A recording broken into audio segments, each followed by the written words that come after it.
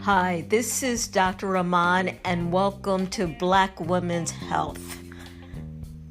It's all about you, and we celebrate the Black woman. Welcome. I am glad to have you here. Let's talk.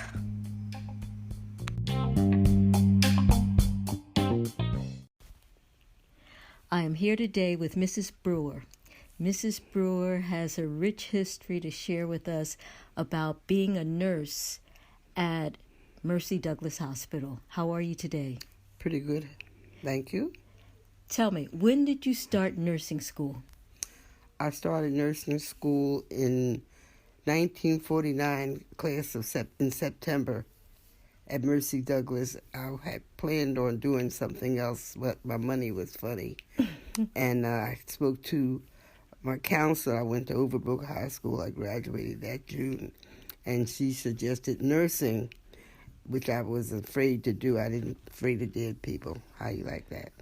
And one of my neighbors, she was a gray lady at Mercy Douglas Hospital. And she said, oh, you could go to Mercy Douglas, because I didn't have enough money to go to become a teacher. And it made sense. You go to school and then you can do something else. Mm-hmm. And I tried different places, but Mercy Douglas, that was one of the hospitals that were it wasn't as expensive. We could afford that. And that's how I got into nursing. So tell me about nursing. So we're talking about 1949. Yeah. So in the city of Philadelphia, if you were a Black woman, what were your options in terms of nursing schools? Well, at that time, they had just started to open up this white school of nurses. You could go to the schools and you'd be like a token. But I wasn't prepared for that. And after I heard about what happened to some of the other students, I was glad that I did go to Mercy Douglas, because I knew I would be accepted and I wouldn't be a token. What kind of things did you hear? Well, they would take two nurses of color. And if one of you didn't pass, and then that meant you had 3 years by yourself, because many of the other nurses, the white nurses, they didn't necessarily want a Black nurse on that same level with them. Now, they didn't mind if you were an aide or practical nurse, but to be on the same level, many of them resented that. And if you were a Black person and needed to go to a hospital, could you go to a white hospital? You could go, but you wouldn't be, I won't say what I want to say, but no, yes, you could go to a white hospital, but you couldn't be a private patient, because you'd have to have even if you had a white doctor and he referred you, you would still go into the ward at a white hospital. So if you were a Black person in Philadelphia in 1949, 1950, if you needed to go to a hospital, you would go to Mercy Douglas. Well, but you'd be surprised how many Black people didn't want to go to Mercy Douglas. They would still go to a white hospital and be on the ward. They didn't even want a Black doctor. Because the Black doctors wouldn't be at the white hospitals. Correct. Black doctors were at Mercy Douglas Hospital. True. White doctors were at the other hospitals. Yes. So a Black person could go to the white hospital and be on the ward. Right. And then they would think they might get better care because they're at the white hospital. Maybe so. I would think that's what they would think, but I would know better. Because you trained at the nursing school at Mercy Douglas. Now, I would like to say, we don't say train anymore. That's one thing they taught us at Mercy. You train an animal, okay, but you educate. I stand corrected. So you received an education. Right. Tell me what your classes was like. Oh, we had all the sciences, chemistry. We had math classes, because you had to learn how to do your dosages. You had to change that. Okay, this is a bad time for me. But you just had regular class. Medicine. We had medicine. We had surgery. We had OR. Nursery. OBGYN, Mm-hmm. and we had staff doctors who taught us. And then at that time, most of the doctors, they had to be on a different level too in order for them to teach us, and we had to have that standard. I don't know if they had it at the other hospitals, but all the black doctors were prepared. And all the black nurses had to be prepared. Yes. So you tell the story that you were a class of 18 females. Yes, we started with 18, but I don't think 18 didn't graduate for different reasons. Some of them got pregnant. Others, maybe they didn't have enough money to finish. And once you graduated, you had a degree? You were a nurse? No, when we graduated, we had to take state boards. And then you became an RN. And it was the Mercy nurses, they were known for passing the RN the first time. Mm-hmm. Because they made us aware that it's on you. And because they're going to look for you to fail because you're of color. Mm-hmm. But... so you felt extra pressure? Oh, yes. That you had to be good. Right. That you had to know that your information. Right. And the doctors, they had to do it the same way. Both doctors and nurses. Mm-hmm. Right. So in that sense, going to Mercy Douglas, you would have gotten great care. Yes. Definitely. So what happened to Mercy Douglas Hospital? Well, integration. Integration. Why do you say integration? Because many people of color, they thought they would get it better at a white hospital. I have had the experience. I know when they started to go to women's medical or go to there was a women's hospital, they would put the black patients, if they didn't have a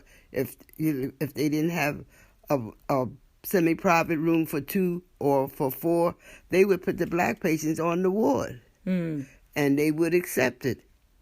I worked at women's hospital, and I asked about it because we had a woman that came in, and we put in a 2-bed unit, and of course I was new there, and when I put the black woman in the bed, and on the nursing, oh no, she can't go in there. Mm. I said, we have someone coming in. They try to clean it up. Mm-hmm. I said, okay. I said, so maybe I'll put her in the private. Oh no, put her on the ward. Mm. Oh, as soon as a room is available. So what they did, they took the white patient and put her in a private room, and they opened up this 2-bed unit for her because I made a comment. But they had been doing that all along. And then some of the older black nurses have been, I was Johnson then. Oh, no, I was Brewer then. Oh, I was so glad you came. I'm glad you came. That you said something. And because they just accepted it. Right. So it used to be that there were black hospitals and black people would go to the black hospitals, but that's not the case anymore. All the black hospitals that used to be are essentially gone now. Do you think that's a good thing or a bad thing? I think it's a bad thing, but it was integration. It was integrations because the black patients didn't want to come to a black hospital anymore. They wanted to go to a white hospital. And if you're the doctor, you have to send your patients where they want to go. Do you think that's changing now? That black people are now looking for black doctors and black nurses? I really couldn't tell you. Because we hear stories where, stories like the Tuskegee syphilis study, where sometimes black people are a little leery of the care that they receive. And you hear about all these healthcare disparities, Black women do have a higher incidence of this. Black women have a higher incidence of that. Black women suffer from a number of different problems. And so some people say that it's because there's a distrust and that inherent racism in medicine. And because of that, feeling that you might not be treated right, blacks will start looking for black doctors. They should. I think they should. Because I agree to that. Because as working in different situations in with black patients coming having white doctors, I felt that that's the way I feel. I don't think they're treating them like they're supposed to. You've seen it? I've seen it. Said I'm a witness. Really. And, you just want to know. And then the patients, they feel as if they have getting something better because I have a white doctor. But he's not really. He's because you had the money. Interesting. It is. It really is. I'm a witness to that because I worked at Germantown Hospital when they first started that's what because they give you the privileges. That's what they call it, the privilege of sending your patients there. Mm-hmm. I worked at Women's Hospital with Preston and Parish. I didn't work at the medical college. And you would see this. You would see it. You would know it was going on. But that's life. That's life, and I'm not going to take up too much time, but do you have anything else to say about your long history of being a registered nurse, getting your degree in 1952? Is that right? And I was licensed in 52. You're licensed in 1952, so we're talking about over 50 years. Yeah. You've been a nurse. Right. Wow. Praise the Lord. Praise the Lord. Any thoughts about nursing? Nursing has changed. Now everyone wants to be the chief because not that you were satisfied with just being an RN, you got your degree because maybe you wanted to teach, but we have gotten into where everyone wants to be a nurse practitioner. Mm-hmm. I mean, there's a place for everything, but I think because this is although I'm a nurse practitioner too, I have different feelings. There's a place for everything, but some people just get carried away with it. Thank you. They do. Thank you. You're quite welcome. All right, that's a wrap. So you're going to give me a copy of that?